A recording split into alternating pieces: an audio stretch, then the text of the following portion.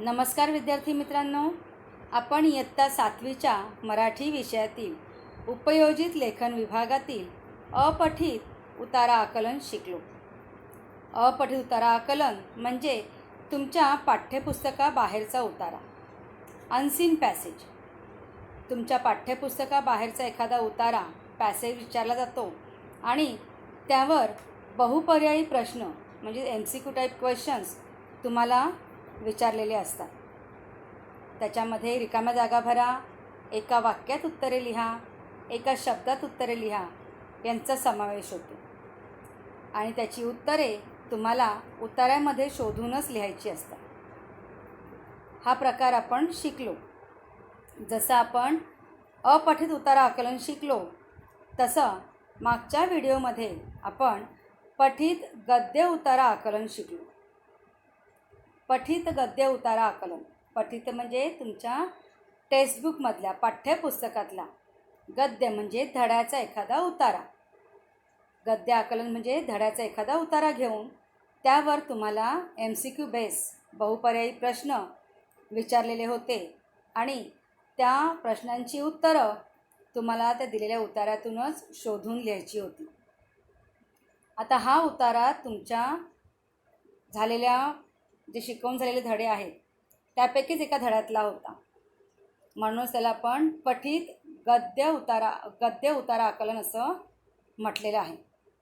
मुलांना पुन्हा एकदा सांगते, पठित गद्य उतारा आकलन म्हणजे तुमच्या टेक्स्टबुकमधल्या एखाद्या धड्याचा एखादा उतारा घेऊन, पॅसेज घेऊन त्यावरती विचारलेले प्रश्न.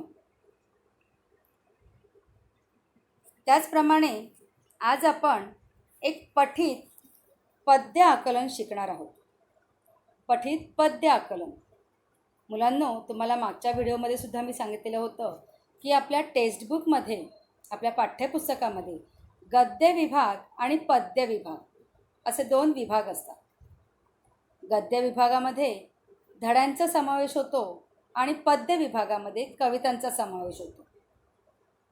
आपण याच्या आधीच्या व्हिडिओमध्ये आपल्या पाठ्यपुस्तकातला धड्यावरचा एखादा धड्यातला एक उतारा घेऊन, तो चौथा धडा आपला आहे गोपाळचे शौर्य, त्यातला उतारा घेऊन आपण आकलन कसं लिहायचं ते शिकलो. तसंच आज आपण आपल्या टेक्स्टबुकमधलंच पद्य आकलन, पद्य म्हणजे कविता, टेक्स्टबुकमध्ये असलेली एक कविता घेऊन त्यावर काही प्रश्न विचारलेले आहेत, त्या प्रश्नांची उत्तरं आपण त्या कवितेमधून शोधून कशी लिहायची ते बघणार आहोत, ते शिकणार आहोत. या प्रकाराला आपण पठित पद्य आकलन असं म्हणतो. Scene poem. पोएम आहे, पद्य म्हणजे पोएम. सीन पोएम आहे, त्या पोएममधनं तुम्हाला प्रश्नांची उत्तरं लिहायची आहेत. आता आपण पठित पद्य आकलनाला सुरुवात करूया. त्यासाठी प्रश्न आहे, दिलेले पठित पद्य आकलन वाचून त्यावर विचारलेल्या प्रश्नांची उत्तरे लिहा. मुलांनो, दिलेले पठित पद्य आकलन वाचून त्यावर विचारलेल्या प्रश्नांची उत्तरे लिहा. म्हणजे पुढे तुम्हाला एक कविता दिलेली आहे आणि त्या कवितेवरती काही प्रश्न विचारलेले आहेत जे MCQ बेसच आहेत. त्या प्रश्नांची उत्तरं तुम्हाला या कवितेमध्ये शोधून लिहायची आहेत. चला तर आपण सुरुवात करूया.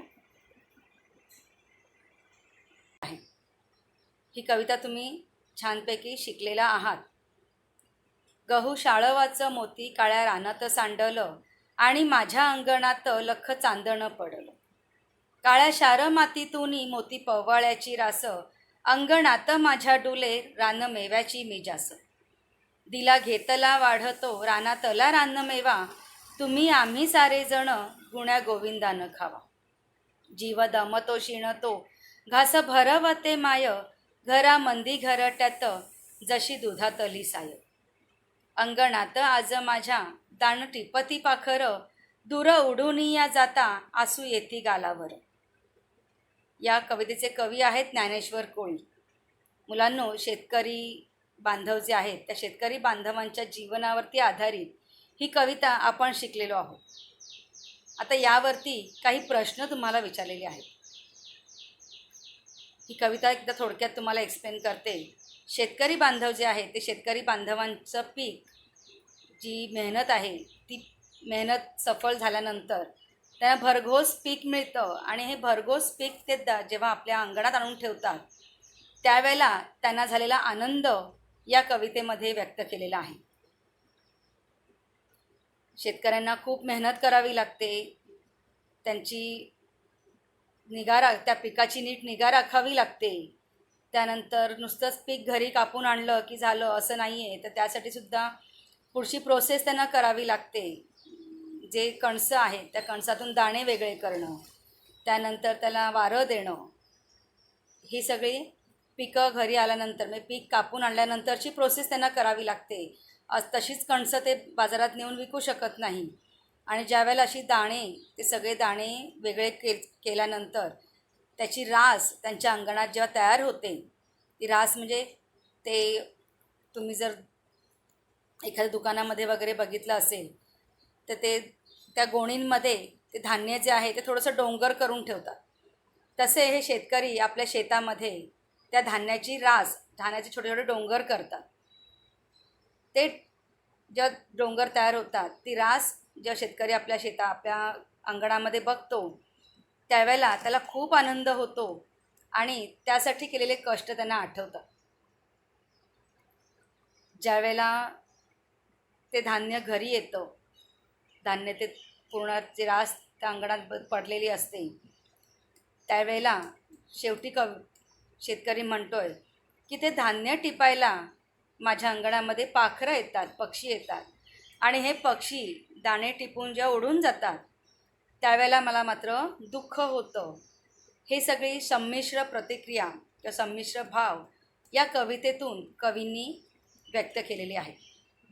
त्यावरती काही प्रश्न आपण विचारलेले आहेत, ते बघूया.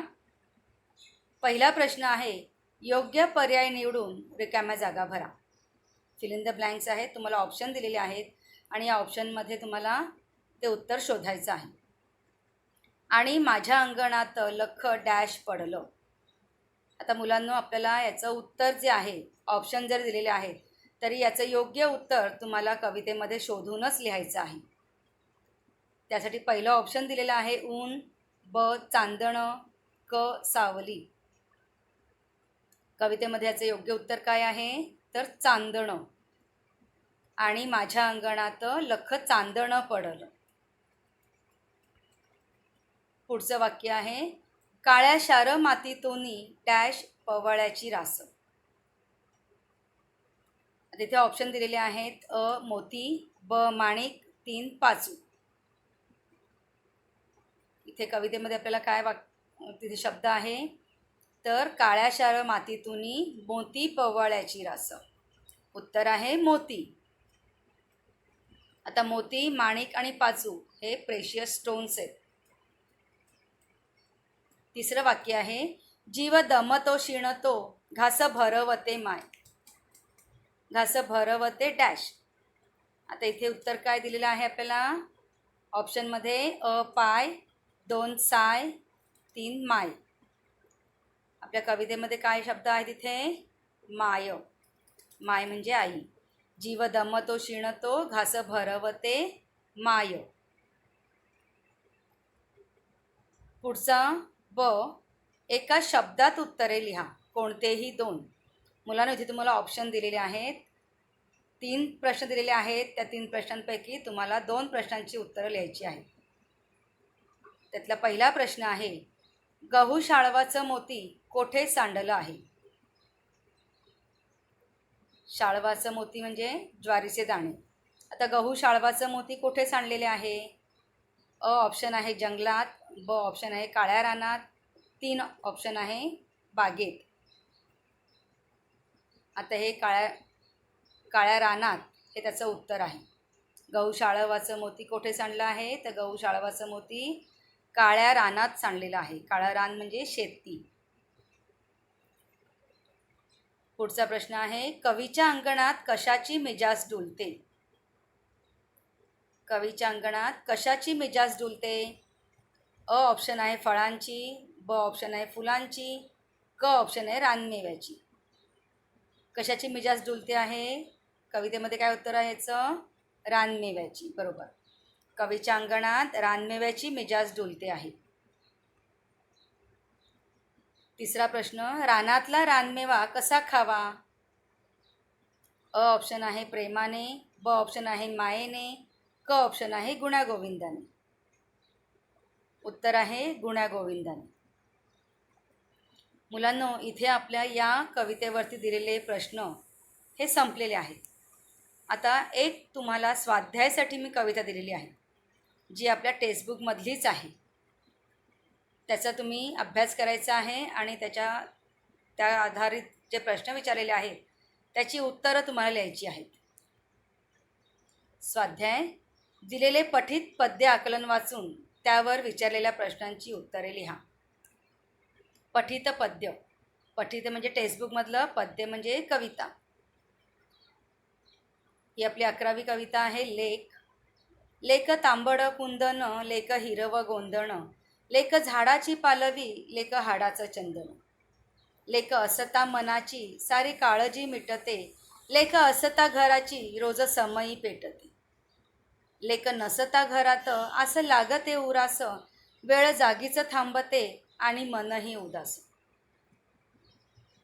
अशी चिमणी बोलकी साऱ्या घरात हसते, थोडे रागावले तर मग रुसून बसते, सारे जगही रुसले तरी पर्वा करू नये, पण आपली पाकळी कधी कधी रुसू नये, फक्त लेकीला कळते अरे निसर्गाची भाषा, काळ्या रात्रीला लागते जशी सकाळची आशा. या कवितेच्या कवयित्री आहेत अस्मिता जोगदंड चांदणे. आता ही कविता जी आहे, ही कविता मुलींचं वर्णन करणारी कविता आहे. घरात मुलगी असली की त्या घराला एक घरपण आल्यासारखं वाटतं. ही मुलगी जी आहे, ही मुलगी सतत घरात बोलत असते. तिची काही ना काहीतरी घरातमध्ये कामं चालू असतात.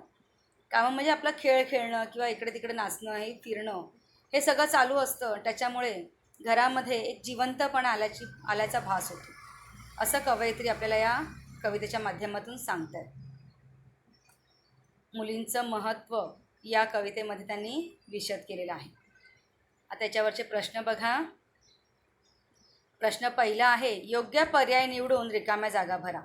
फिल इन द ब्लँक्स आहे, तुम्हाला ऑप्शन दिलेले आहे, त्याची उत्तरं तुम्ही त्या कवितेमध्ये शोधूनच लिहायची आहेत. पहिला प्रश्न आहे, लेक डॅश कुंदन, लेक हिरवं गोंधन. ऑप्शन आहे अ पिवळं, ब तांबडं, क काळं. योग्य उत्तर काय आहे ते तुम्ही त्या कवितेमध्ये शोधा, दिलेल्या कवितेत शोधा आणि लिहा. दुसरं वाक्य आहे, लेक झाडाची डॅश, लेक हाडाचं चंदन. ऑप्शन अ पालवी, ऑप्शन ब फुले, ऑप्शन क फांदी. पालवी म्हणजे नवीन झाडाची पानं, झाडाची नवीन पानं, जी कोवळी पानं असतात त्याला पालवी म्हणतात. तिसरं वाक्य आहे, लेक असता घराची रोज डॅश पेटते. ऑप्शन आहे अ दिवा, ब पणती, क समई. जे ऑप्शन आहे ते तुम्ही शोधून लिहायचं आहे. ब एका शब्दात उत्तरे लिहा, कोणतेही दोन. इथेही तुम्हाला 3 प्रश्न विचारलेले आहेत, त्यातले कोणतेही दोन प्रश्नांची उत्तरं तुम्हाला लिहायची आहेत. घरातील बोलकी चिमणी कोण आहे? घरातील बोलकी चिमणी असं कोणाला म्हटलेलं आहे की कोण आहे? अ ऑप्शन आहे लेक, ब ऑप्शन आहे बाबा, क ऑप्शन आहे दादा. प्रश्न दुसरा, लेक कधी रुसून बसते? अ ऑप्शन आहे मस्ती केल्यावर, ब ऑप्शन आहे थोडे रागावल्यावर, क ऑप्शन आहे पडल्यावर. याचे योग्य ऑप्शन तुम्ही, जे योग्य उत्तर आहे ते कवितेमध्ये शोधून लिहायचं आहे. प्रश्न तिसरा आहे, लेकीला कोणती भाषा कळते? ऑप्शन अ मनाची, ऑप्शन ब आपली, ऑप्शन क निसर्गाची. मुलांनो, आपण आत्ता एक पठित पद्य आकलन शिकलेलो आहोत. एक तुम्हाला मी सोडवून दिलेलं आहे, एका आकलनाचे प्रश्न मी तुम्हाला उत्तरं सोडवून दिलेली आहेत, एक तुम्हाला स्वाध्यायाला दिलेलं आहे. याचा नीट अभ्यास करा आणि छानपैकी असं पद्य उतारा आकलन जर परीक्षेत आलं तर त्याची नीटपणे त्या पद्यामध्ये, त्या कवितेमध्ये उत्तरं शोधून लिहायचा सराव करा. धन्यवाद.